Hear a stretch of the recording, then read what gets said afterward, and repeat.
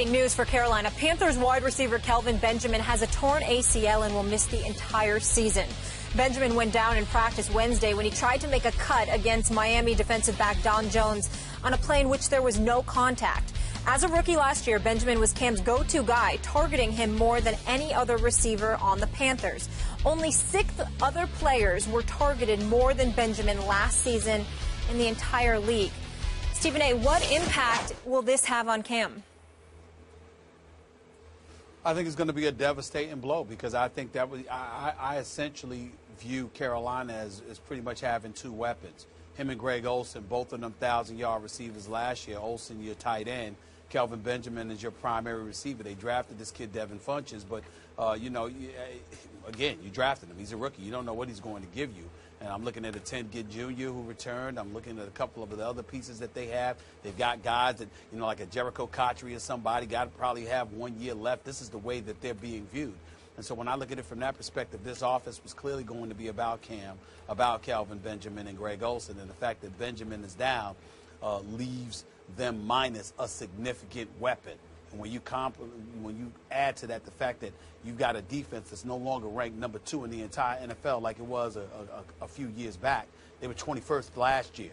I just look at it from the standpoint that Cam really, really has an immense amount of pressure placed on his shoulders, where with the new contract, the pressure of it all and whatever, he's going to literally have to be a do-it-all kind of guy. And it's just a shame that you got a young stud like him with all the capabilities that Cam has, and he's got to be out there on an island essentially by himself with little to no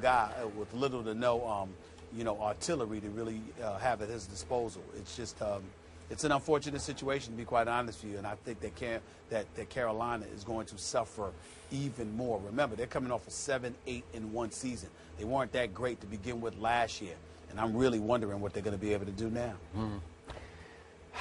I'll give you it's a blow, but I do not think it's a devastating blow. And you mentioned Devin Funchess. I'm a fan, and I know he's a rookie, but so is Kelvin Benjamin. He can play. Yeah, Funchess every time. Again, you know how I am. I just watch the game, flip back and forth.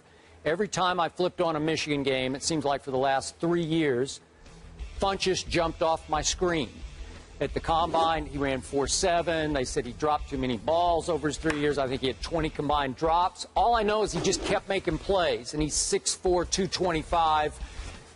Kelvin Benjamin, 6'5", 245. So is he that? No, he's not that. But I think he's going to be pretty good, even as a rookie. I think he'll be pretty good. We all like Greg Olsen. I agree with you, Ted Ginn, Cotchery. Do you maybe bring in an at-the-end Reggie Wayne? I don't know what they'll do. I assume they have to bring in somebody, one of those veterans still left out on the market. But here's my bottom line. I have a lot of respect for our fantasy wizard, Matthew Berry. This morning I saw him on SportsCenter saying, hey, I'm not going to drop Cam in my fantasy quarterback rankings. I have him 12th. I'm going to keep him right there around that 12th spot because Cam can do it with his legs, and it's not like he had a dynamic group of receivers to start with. So, again, Stephen A., I don't know what is that a devastating blow? Again, I'm going to bet on Matt Berry saying he's still the 12th-ranked fantasy quarterback, so that's not devastating to me. I think they'll be about what they always have been, where they rely mostly on defense and running game, which heavily includes Cam's running game. Well, keep in mind, Funchess can play. And I'm not saying that Kelvin Benjamin is devastating just because you lost Kelvin Benjamin. I'm looking at the weapons that Cam Newton has around him. Back in the day, Skip, they had D'Angelo Williams and Jonathan Stewart. Yep. Now they just have Jonathan Stewart because D'Angelo Williams is in Pittsburgh. Yep. Jonathan Stewart has missed 20 games over the last 3 years. That's why he was splitting carries. Now that the primary workload is going to be placed in his shoulders. Well, if you were missing 20 games over the last 3 years, which is an average of more than 6 a season, if you were missing those games when you were splitting carries, how are you going to do now that the workload is primarily on your shoulders? And so when I look at it from that perspective, again, you need a bevy of weapons, and I don't know if they have it. That's my concern about Carolina right now, not to mention the fact that even though I have mad respect for Ron Rivera as a defensive mind, I don't think he's a great coach offensively. Yeah. I think some of the limitations that Cam Newton has is because Ron Rivera is his head coach. I think he needs a more offensive-minded coach, to be quite honest with you, somebody who can teach him a few things. With all of that being said, I just think he's at a decided disadvantage, and he's being asked to do a lot more than he should be asked to do. And I think it's going to end up working against him. That is fair. I don't think it got all that much worse, but I agree with your overall premise. He's being asked to do a whole lot. If they do try to pick someone up, you guys mentioned Reggie Wayne's available, some other notable wide receivers, Wes Welker, Brandon Lloyd, Donnie Avery, Santana Moss, and Robert Meacham. But let's spin this forward now. The NFC South is always up for grabs. Last year, the Panthers were the first team in NFC South history to win the division in back-to-back seasons. So what are the chances, Skip, that Carolina can three-peat here as division champs with this loss? I don't love their chances this time, Stephen A., for all the reasons you just so eloquently stated. Carolina won by default last year at 7-8-1. You mentioned their defense. In yards allowed, they were the 10th ranked NFL defense, just in yards, not in points, but in yards, which was decent enough, I think, to get them just barely over the top in the worst division, I think, in pro football.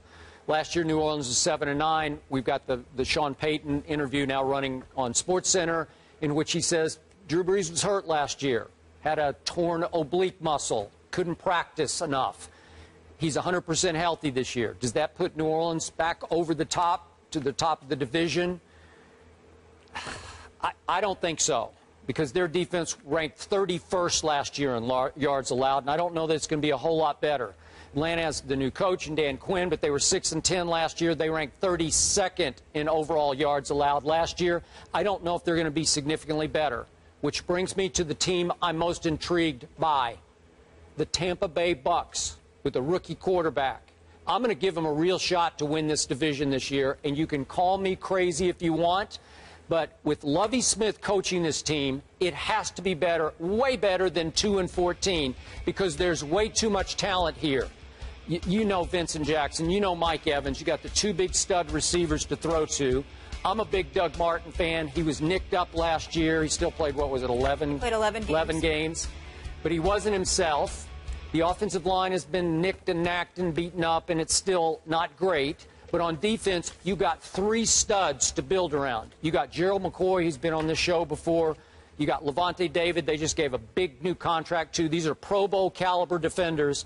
And Altron Werner is a stud at cornerback. They have to be better. Jameis Winston, for all of his flaws and all the interceptions he threw last year in college, and for the poor plays that he made early in his very first NFL preseason game last week, he was 26-1 in college. 26-1. The kid is a winner. The kid has not a good mind. He has a great quarterback IQ mind. And I think he's going to adapt quickly. He may get off to a little bit of a slow start, but I think he will finish strongly even in his rookie year, which is why I am giving Tampa Bay to be the surprise team of the NFL this year. I like that bold prediction. Stephen A., since we're giving out predictions, who do you have winning the NFC South? You know what? If I had to pick today, I reserve the right to change my mind, Yes, but you do. I'm thinking the Atlanta Falcons. Wow. First of all, might be Quinn, bolder than mine. Listen, yeah, I think so. I mean, you look at Quinn, obviously he's coming from the Legion of Boom in Seattle. I'm going to give him a lot of credit for what their defense was able to do over the last couple of years and what he was able to establish there. And I'm going to say they're not going to be the 32nd ranked defense in the NFL this time around. I think that they're going to be ready to roll. That's number one. Number two, I think that when you look at them offensively, listen, we have questions about whether Matt Ryan deserves to be in the top 10 or whatever, but the mere fact that there's a question mark means that the brother can play a little bit. He's got a $103.75 million contract for a reason. So when I look at Matt Ryan, I say to myself, Julio Jones, fresh off for a 1,500-yard season, Roddy White, who caught 80 receptions last year for right under 1,000 yards.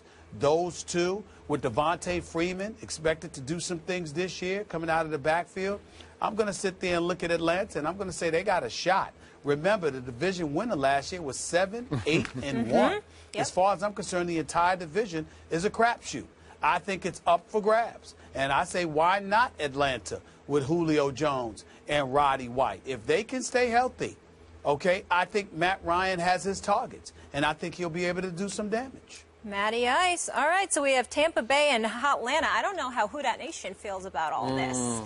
Cam, not so lucky. As for Andrew They Luck, lost Jimmy Graham. Yep. yes, he is lucky to not have more picks. We'll explain that one after the break. Stay here. This is